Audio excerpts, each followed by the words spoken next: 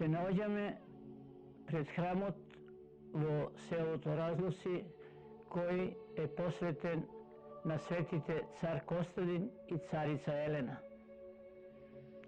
Овој храм е граден во продолжение на 20 години од 1836 до 1856, а за да биде осветен 3 години покасно со присуство на владика, црковен хор и мноштво свештеници.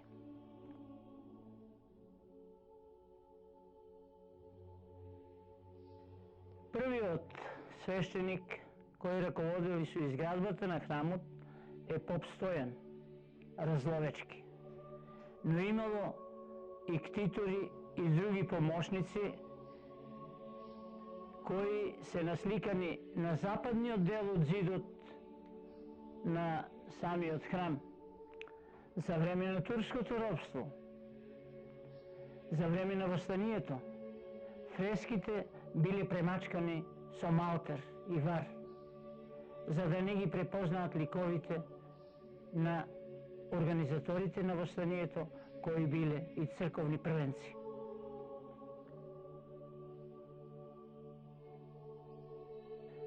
Кога се прославуваше 100-годишнината од Разловечкото востание, кое било кренато 1876 година, стручна екипа од Заводот и музеј во Скопје дојдоа и начело со доктор Коста Балабанов ги деконзервираа сликите, односно фреските, што ги гледаме на западниот дел од црквата. Овој храм по многу нешта е карактеристичен и е единствен во поширокиот регион, не само на Пијанец и Мареш, туку на Источна Македонија. Внатре, во храмот, покрај вредните фрески, зидни, има и резби, има и апликации на символот на македонското сонце, над звездата од Кутлеш или од Вергина, како што милуваат некои да речат. Разловци било центар на револуционерното движење. Тука престојувале и водачите на внатрешната македонска револуционерна организација. Бидејќи селото било чисто, немало турци.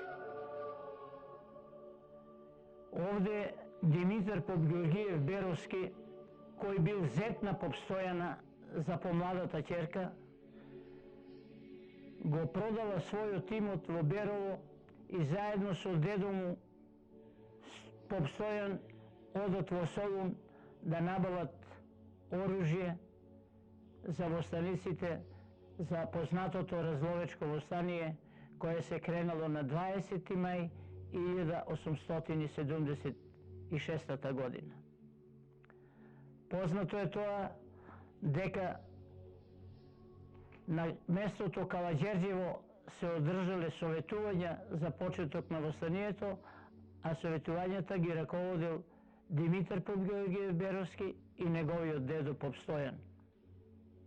Во ајатите на храмот Цар Костадин и царица Елена, од западната страна се наоѓаат гробови на тројца свештеници кои богослужиле во оваа црква, ја ширеле верата, ги заштитувале интересите на населението, на верниците.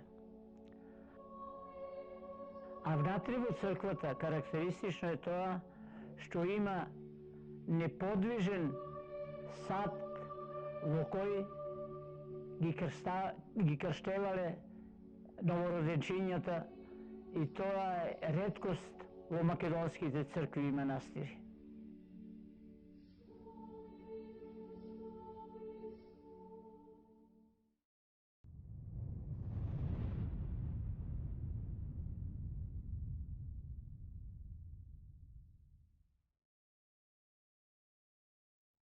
Благословен еси, Господи, научи мја оправданием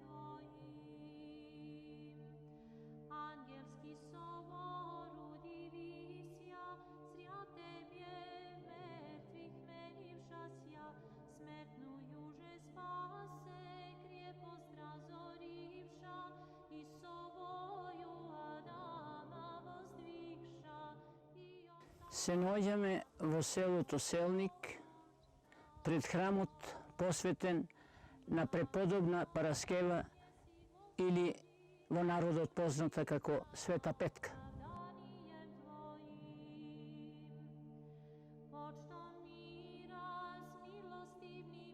Една од ретките карактеристики на овој храм посветен на преподобна Петка Параскева е тоа што нејзината фреска во внатрешноста е во седечки став.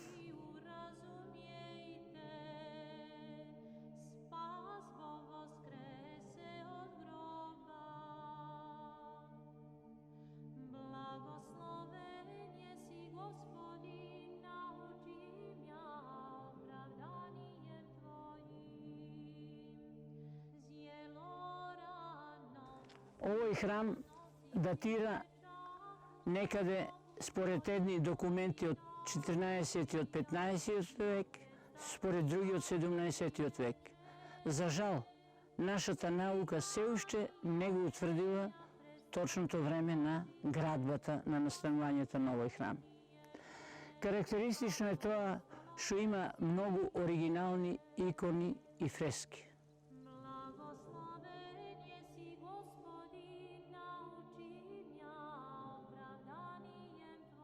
Овој храм, посветен на преподобна Света Петка Параскева, е карактеристичен и по тоа што на широкото подрачје на Македонија е единствен покриен со камени плочи кои обстојуваат до ден денешен.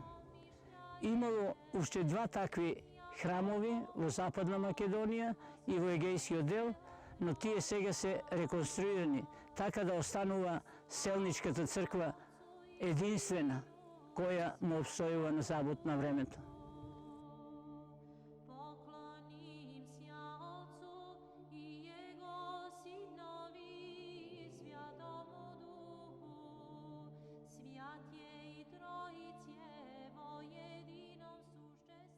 Пред повеќе години, да не речам и столетија, крстот на црквата бил извајан, изделкан од камен, но времето си го направило своето, мештаните и црковните власти ставиле сега тој метален крст.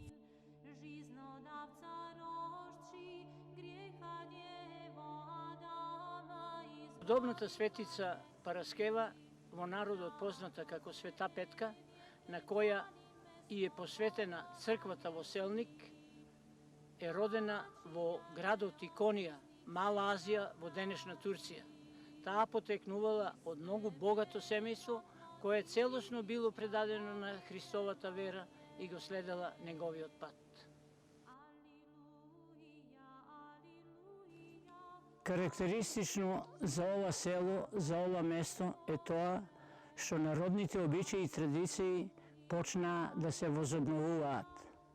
Неколку години поред, заљубеници во родниот крај, роднокрајци кои се и на други континенти, доаѓаат на денот Петков ден и овде се дружат, пеат, играат, евоцираат спомени, раскажуваат за своето детство, раскажуваат за некогашните згоди и незгоди.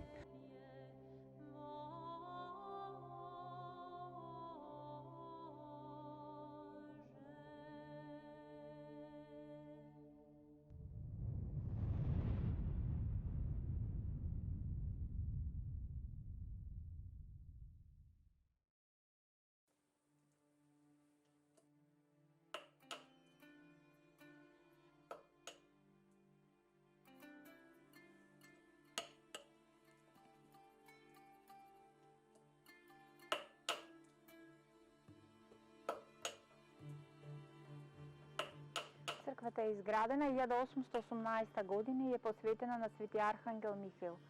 За време на османлискиот период во оваа околина немало црква и се собрале неколку постари луѓе од Берово и отишле кај Валијата кој имал седиште во Радовиш и побарале дозвола за изградба на црква. Тој им дозволил, ама им поставил 3 неверојатни услови. Првиот услов црквата да ја направат за 40 дена. Вториот услов црквата да биде вградена внатре во земјата, да не е повисоко од тој дел од патот. И третиот услов, попот има многу убава ќерка, требала да замине во харемот кај валијата. Се сложиле беровчани, се собрале сите мажи, жени, деца, работеле денонотњо и навистина ја направиле црквата за 40 дена. Ке влеземе внатре во црквата, ке видите дека е вградена внатре во земјата. Меѓутоа, кога требало третиот услов да се исполни, ќерката на попот да замине во харемот кај валијата, таа не сакала да си ја смени верата и избегала најблиско и било Кюстендил. Се налутил валијата, го затворил свештеникот, го мачел мислејќи дека така ќе ја намами девојката да се врати, меѓутоа таа не се вратила. По 3 години има нови случувања во Османлиската империја, доаѓа друг Валија и повеќе не му се интересни случувањата за Берово, го пуштаат свештеникот да си дојди дома. Тогаш доаѓа и девојката, доаѓа тука, се замонашува и станува првата монахиња Евгенија. Карактеристично за овој манастир е од нејзиното замонашување, па се до денеска има континуиран процес на монахињи. Манастирот никогаш не бил затворен и постојано си е женски. Во моментот има 2 монахињи. Карактеристично за манастирот е тоа што изработуваме мозаици. Ова е единствениот манастир во Македонија каде што се изработуваат мозаици. Мозаиците ги изработуваме како што работеле старите мајстори на индиректен начин. Најпрвен се зема даска, на даската се лепи платно. Платното се мачка со туткал и потоа се црта ликот кој сакаме да го изработуваме. Дали ќе биде Христос, дали Богородица, дали некоја византиска шара. Потоа целиот мозаик се лепи, лепилото ни е од брашно и вода, значи целиот простор се лепи со камчиња. Кога ќе се излепи, се става една рамка, се става малтер, арматура, малтер и потоа чекаме 10 дена да се исуши тоа. Кога ќе се исуши, го превртуваме мозаикот, ги отвараме рамката и тогаш гледаме што сме направиле. Значи, додека го работиме мозаикот, ние приближно си замислуваме, нели, каков ќе биде ликот или каква ќе биде шарата. Кога ќе се отвори мозаикот, тогаш ќе видиме што дал Господ. Сакам да кажам дека секој камче кога го кршиме или кога се лепи, се кажува Исусовата молитва: Господи Исусе Христе, помилуј ме. Значи, не се лепи туку така на памет, постојано се кажува молитва. Значи, камче по камче, молитва по молитва и излегува целиот мозаик.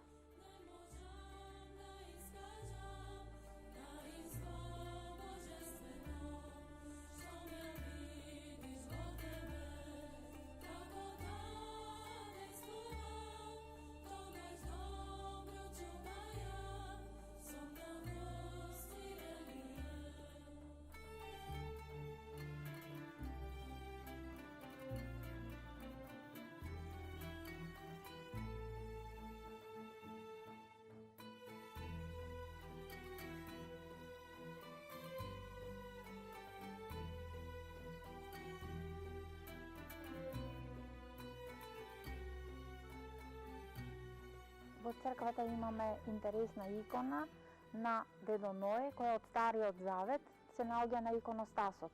Исто така има една интересна икона која е донесена од Света Гора за време кога владеела чумата и во Малешевијата дошла чумата и повеќе од половина од населението изумрело. Потоа се сетил некој постар човек, отишол на Света Гора и им кажал на оците: ама ноци, помагајте, изумрело цело население. Оците од Света Гора им ја дадоа иконата на Свети Харалампие и со иконата е направена литија низ сите села. Литија е кога се оди најнапред со иконата, потоа позади иконата оди владиката, одат свештеници, монаси, монахини, народот. Направена е, значи, литија насекаде низ сите села во Малешевието.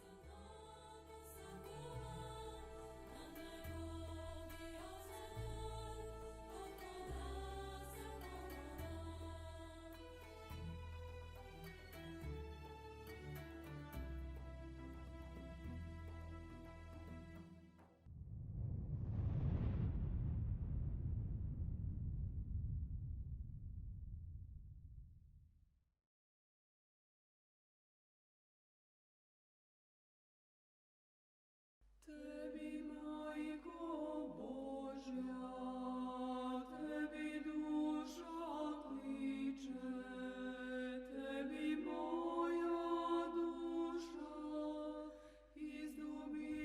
километри од Делчево на планината Голак се наоѓа црква посветена на светецот Пантелеймон. Точни податоци кога е изградена оваа црква нема, но позната е по тоа што ноќта на 8 спроти 9 август на планината Голак се организира собор посветен на Свети Пантелеймон, кој бил лекар и исцелител што лекувал болести кои што обичните лекари не можеле да ги излечат. Заради тоа, луѓе од цела Источна Македонија во знак на христијанската вера доаѓаат тука и спијат во манастирот за здравје и благосостојба, молејќи се на светецот и на Бога.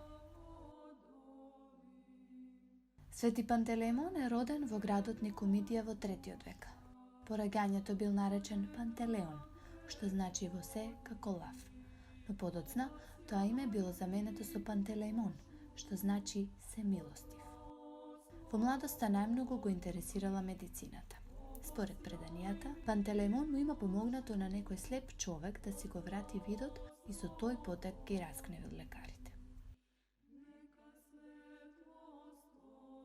Наблюдувајќи ги неговите дела, лекарите дознале дека Пантелеймон ги лекува затворениците христијани и за тоа се пожалиле кај царот.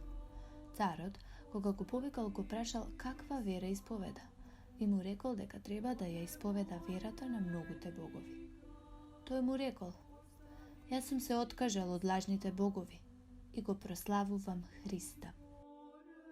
Потоа го замолил императорот да донесат некој болен од кој лекарите одамна кренале раце и рекол дека тој ќе се помоли на живиот Бог и ќе го исцели, предизвикувајќи ги и паганските лекари да го сторат истото. Луѓето донеле некој парализиран човек кој сиот живот бил болен. Паганските лекари се молеле на нивните идоли за исцелување на болниот, но ништо не се случило. Свети Пантелеймон се помолил на Господ Исус Христос и болниот бил излекуван. Императорот се разгневил, го убил излечениот, а Пантелеймон го дал на измачување. Биле доведени и тројцата свештеници кои го вовеле Пантелеймон во христијанската вера. Тие ја исповедале својата вера пред императорот и биле обезглавени. Свети Пантелеймон бил люто измачуван, но сепак ги преживувал маките. Разбеснет, Максимилијан наредил да му ја отсечат главата. Војниците, сакајќи да му ја пресечат главата додека се молел, останале вчудонавидени кога нивните мечови се стопиле на неговиот врат. Откако завршил со молитвата, се чул глас на Исус Христос. Војниците биле преплашени, но Пантелеймон ги повикал да го извршат тоа што им било наредено. Потоа, неговото тело било фрлено во оган, но не изгорело. Христијаните го извадиле од огнот и го погребале неговото тело. Тоа се случило во 305 година. Дел од неговите мошти може да се најдат во неколку манастири и цркви во Романија, а дел од нив почиваат и во рускиот манастир на Света Гора.